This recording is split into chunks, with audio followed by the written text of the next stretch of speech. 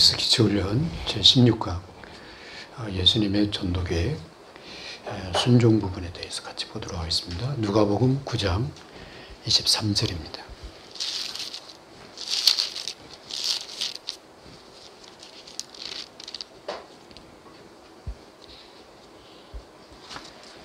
누가복음 9장 23절 27절까지 같이 읽겠습니다.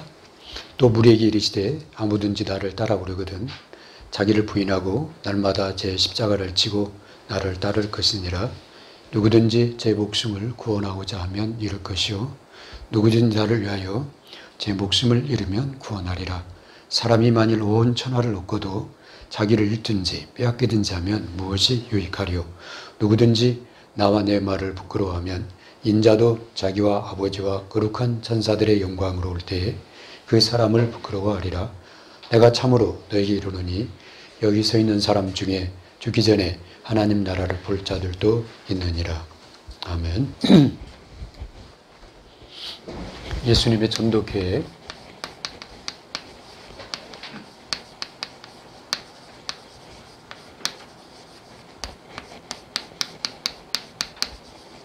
순종에 대해서 같이 보고자 합니다.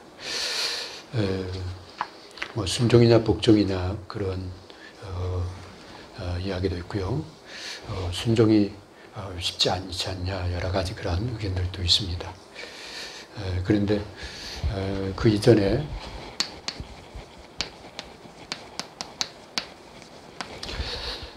복음 전파가 왜 필요한가, 그 당위성, 필요성, 이 복음 아니면은 절대 안 되는 이유, 절대성을 알게 되면 이 복음 전파의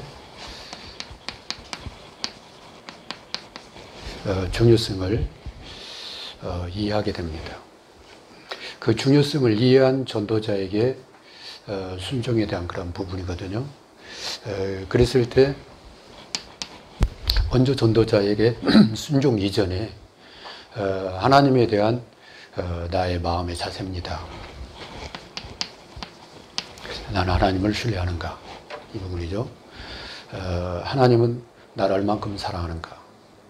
거기에 대한 그 신뢰입니다. 그게 나타나는 게 이제 순종입니다. 그 다음에 그 하나님이 나를 향한 계획, 이 주권이죠. 나를 향해서 하나님은 어떤 계획을 갖고 있는가? 이 부분에 대한 분명한 답이 나와야 됩니다. 하나님은 나를 이 땅에 우연히 부른 게 아니다. 하나님은 어떻게 하다 보니까 나를 하다 택한 게 아니라 하나님 완벽한 계획을 가지고 어디까지? 영원한 천국까지 계획을 가지고 나를 부르셨다. 거기에 대한 이 주권입니다. 그렇다면은 나는 뭐 하다 갈 거냐? 하나님의 소원이자 나의 소원이 여기에 대한 답입니다. 그래야 이 순종이 이해가 돼요. 나는 뭐 하다 갈 거냐? 나는 이 길로 가고 싶은데 하나님 저쪽 이쪽으로 간다. 잘 안 되겠죠. 갈등 생기죠. 하나님이 어떤 분이고 나를 향한 하나님의 계획이 어떤 건지 알고 그렇다면 나의 소원이 뭐냐?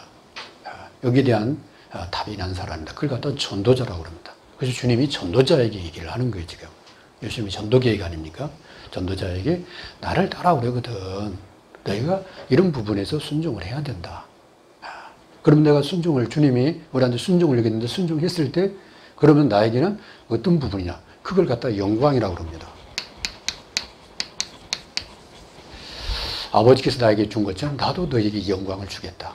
그게 주님의 계획입니다. 다른 말로 하나님은 나를 높이신 것처럼 나도 너희를 내 보좌 앞으로 너희를 이끌 것이다. 그래서 12지파를 다스리는, 다른 말로 전 세계를 살리는 일에 너희를 쓰겠다. 그게 주님의 이제 계획입니다. 그래서 전도자는 움직여도 하나님의 계획 속에, 전도자는 실패하는 것 같아도 거기에 하나님의 뜻과 계획이고, 그래서 전도자의 중심으로 하나님은 모든 걸 움직이신다. 그게 전도자에 대한 하나님의 약속입니다.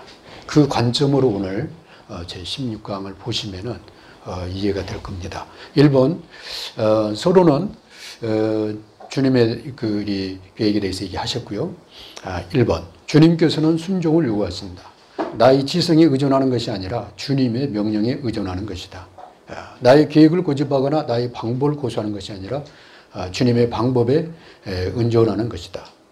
그것은 주님을 닮는 가장 빠른 길이다. 3번, 주님이 우리에게 순종을 요구하시는 것은 그 이전에, 순종 이전에 신뢰가 있어야 한다. 하나님에 대한 신뢰입니다. 두 번째입니다. 그것은 십자가의 길이다.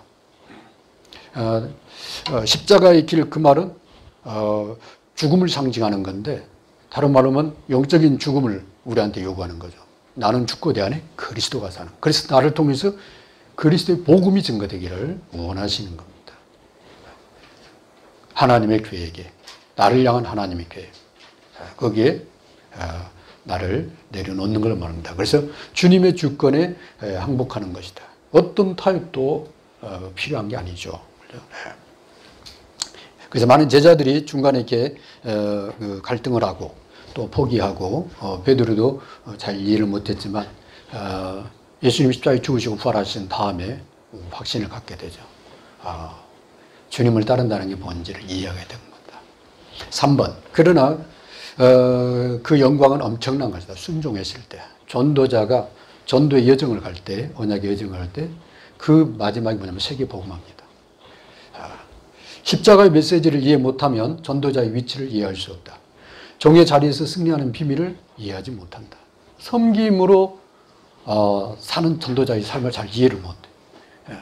그래서 막 전도하고 돌아다니니까 교회에 관심 없다. 교회 뭐 돌아가는, 그게 아니에요. 전도자는 교회나 현장에 있거나 늘 주님의 삶이 모델입니다. 3번, 천국에서 큰 자가 누구인지 깨닫지 못한다. 하나님 나라를 말하는 거죠. 베드로와 제자들은 처음에는 그 영광의 비밀을 알지 못하여 다시 고기를 잡으러 갔다. 그것은 그분의 목적을 깨닫지 못했기 때문이다.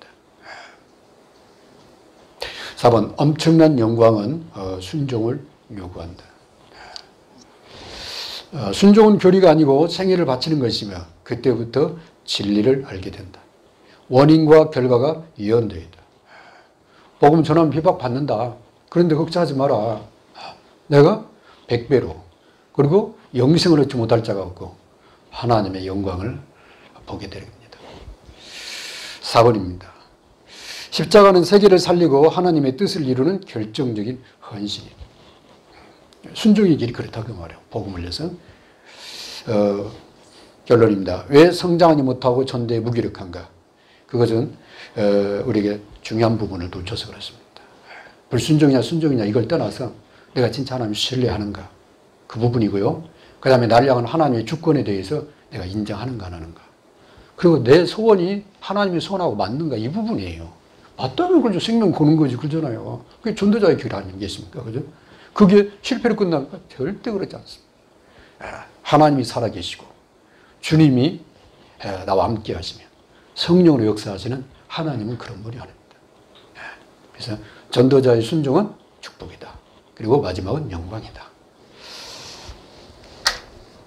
하나님 우리에게 복음을 주시고 이 복음으로 세계 복음화하도록 맡기셨습니다. 이 길이 전도자의 길이요. 복음 전하는 전도자의 길입니다. 그 길 가운데 때로는 복음 때문에 주님의 이름 때문에 핍박을 받을 수도 있습니다. 주님이 말씀하셨습니다. 그러나 우리를 사랑하시고 우리를 인도하시는 하나님은 전능하시며 그 사랑은 무한하시며 우리를 끝까지 사랑하시는 주님이십니다. 이 생명의 복음을 땅까지 증가하는 그 일에 하나님 저희를 먼저 부르셨사오니 이 생명의 복음을 증가하는 일에 올인하게 하옵소서. 예수님의 이름으로 기도하옵나이다.